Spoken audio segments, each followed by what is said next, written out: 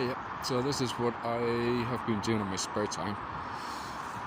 This is just the outskirts of Bray. You can probably see that's the N11 out there. You'll be able to hear that in the background the whole time. And I've been brushing out paths like that, little avenues through the forest. There's about another quarter kilometre going there to the flood basin. And I'll walk you through a small section of what I've been doing, and you can just see some of the wildlife. It's gorgeous here. You'll be able to see loads of ferns, loads of wild garlic, and loads of fantastic trees, and widowmakers.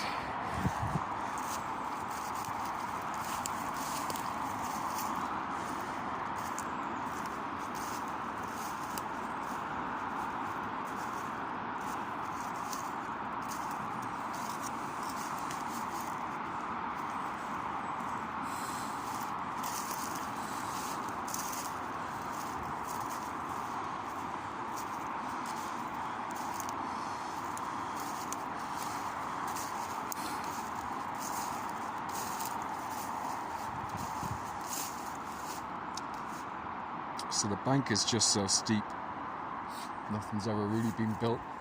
There's quite a bit of subsidence.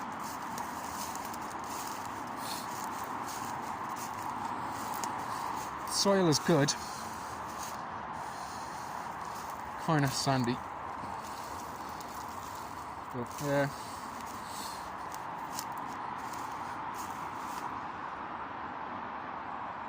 A lot of holly. A lot of beech and chestnut.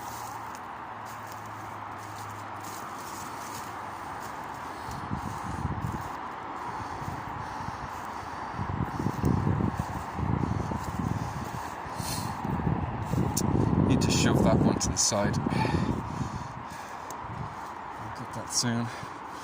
So I was finding little paths, really ancient paths, and just clearing them back off. Yeah, there used to be old fords down to, there's a river down there that was the boundary. And there were different fords across, and there were large big country estates at the top of the hill. So a lot of this was wide enough for horse and cart. So I'm trying to use as much of that as possible.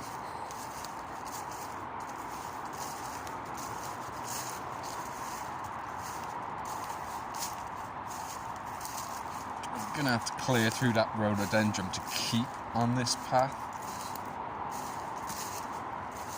It's a big job. What I quite like rhododendron for sitting on, this is a lovely one. Lots of little places to sit down. And what you can do with the canopy is see all the little thingamajigs coming up, little sticks. You can use them for weaving stuff over the top, make a roof over the rhododendron. It's pretty good.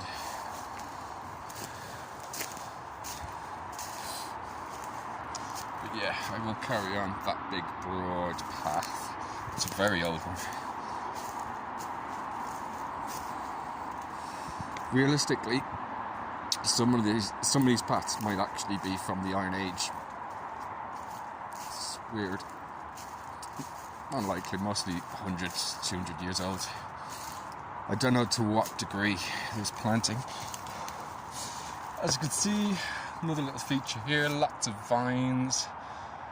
Fantastic for playing with. This was heavily overgrown. And lovely.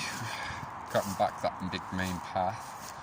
Collected some materials to let me make little benches and things and little roofs with later. I had made a swing, but now I'm thinking, if you're going to do ropes and stuff, make a suspended bench that kind of swings, or a little swinging sofa type thing. Bench, a bit more social, a bit less stress on the tree as well. You can do it from a fixed point, instead of it chafing the branches.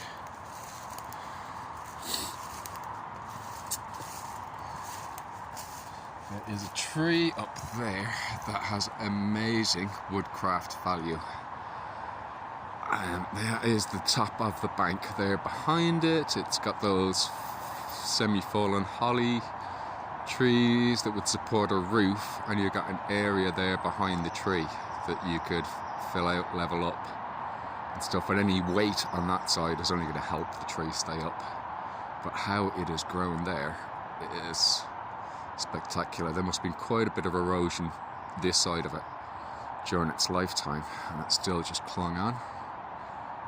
Don't actually know what it is. We'll have to wait till spring, summer to identify that one. Probably looks like beech leaves, chestnut leaves in the ground. I don't know.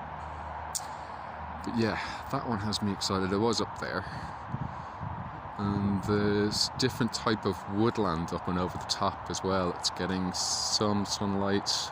The trees are very straggly and exposed and stuff like that. It's interesting. It's different down here. This is very lush, very Wicklow. It's very damp as well. Yeah, I like it. Well, it's been a saving grace that mosquitoes have come into all this kind of swampiness in the last 4 to 5 years, because this had overgrown because it was a no-go area, because there's lots of housing estates on the outsides of town, and this was where they were doing illegal dumping and drinking and all sorts of stuff. But yeah, mosquitoes, weirdly enough, are acting as our friend. Definitely in the summertime, I would be supporting their life and their populations with my amazing blood. No matter how much stuff I put on, they just love me. There's spindles, what do you call that? And that stuff crops up from the tree. Nice. As the trees here are so stressed out, they are really, there's a lot of competition for light. They're kind of exposed. The ground isn't very stable for roots as well. It's a bit subsiding. And it's just wild.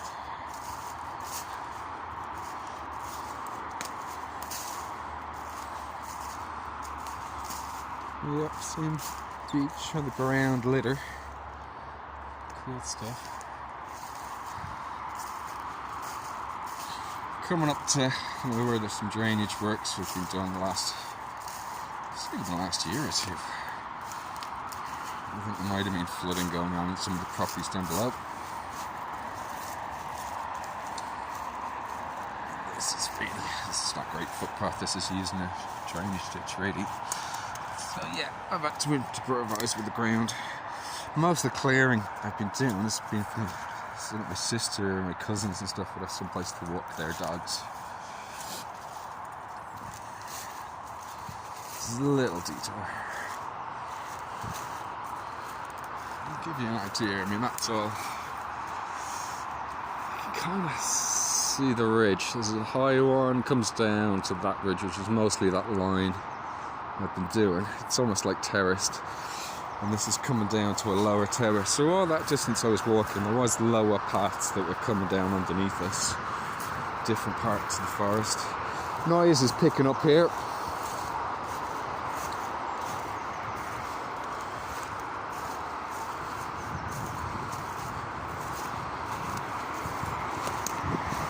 Someone else has been doing something. That's not me.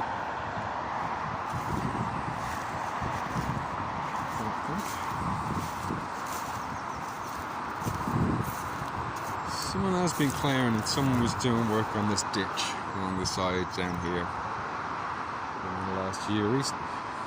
So that's been interesting. I did do a path down that way.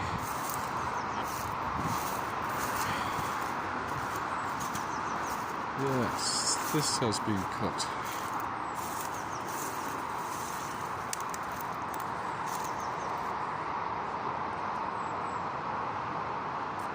I think people from down there are trying to annex this land behind them, and they've noticed that I've been in here, so now they're getting active. It's kind of how it's been. I think. Yeah, it's not bad. Don't know. There's a traveller encampment halting site just 200 metres in that direction, so whether they might be more inclined to be up and collecting fuel and stuff. Definitely a bit of entrepreneurial spirit there. Or whether this is, I don't know, whether it's just being cleared for access.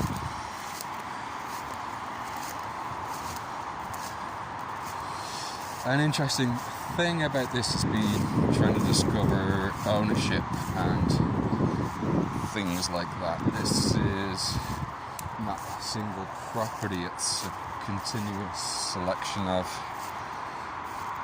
private properties technically, but they're all derelict. Kind of everyone who developed at the top or lived at the very top of that bank. There's housing estates that had development companies. There's Ardmore Studios. There's another tree surgeon and his big lumber yard, another estate. Each of them technically had ownership of what was behind them, but with no definitive boundaries, because down below us is the river as well. There were no real boundaries to it, and they've been doing no management of it. Some of the properties it just run straight into them, particularly the lumber yard. He's just been dumping all his offcuts down the slopes and stuff. It's quite treacherous trying to get past this place.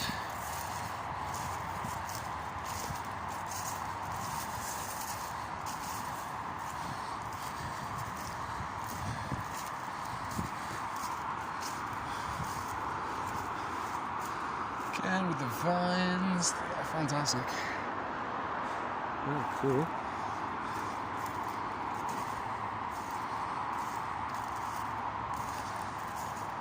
It's kind of swampy areas and nice diversity. We're really into brambles, holly,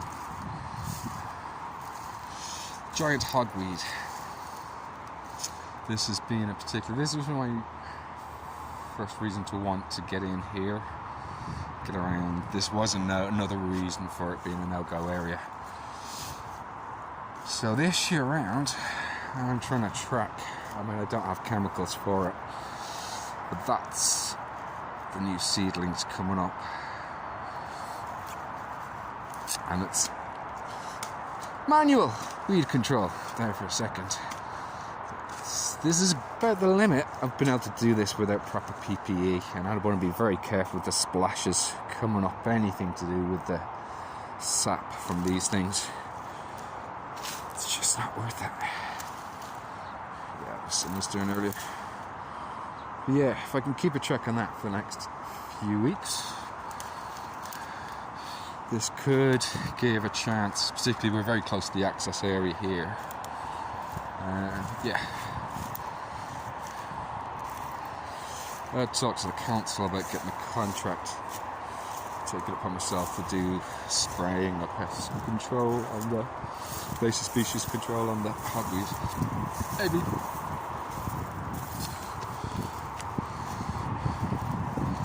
To get registered up as a company to do it.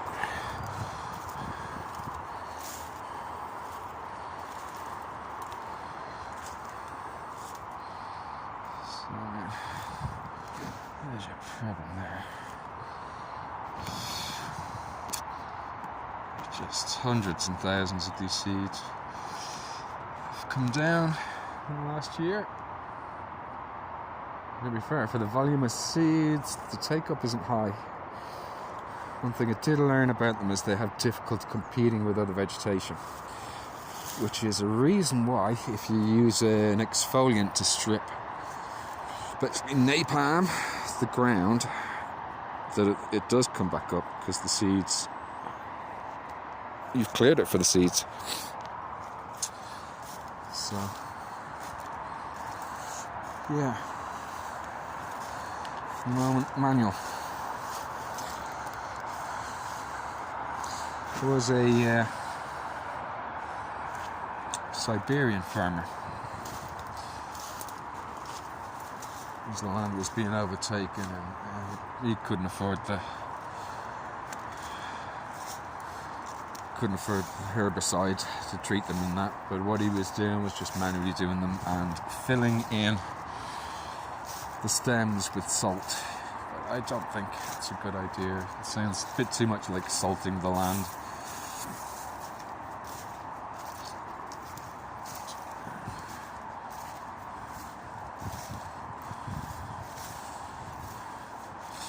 That giant hogweed has come all the way down farm and is scary, and some of the bigger estates, Powerscourt estate and that, it's come down river from there over the last 80 years or so.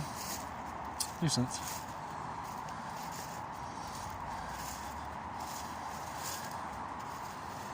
Yeah, this is all.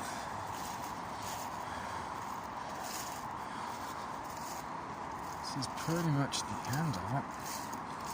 And we're into litter and dumping, and here we are on the Herbert Road in Bray, the most dangerous bend. No real footpath. Cool. So that's what I've been doing.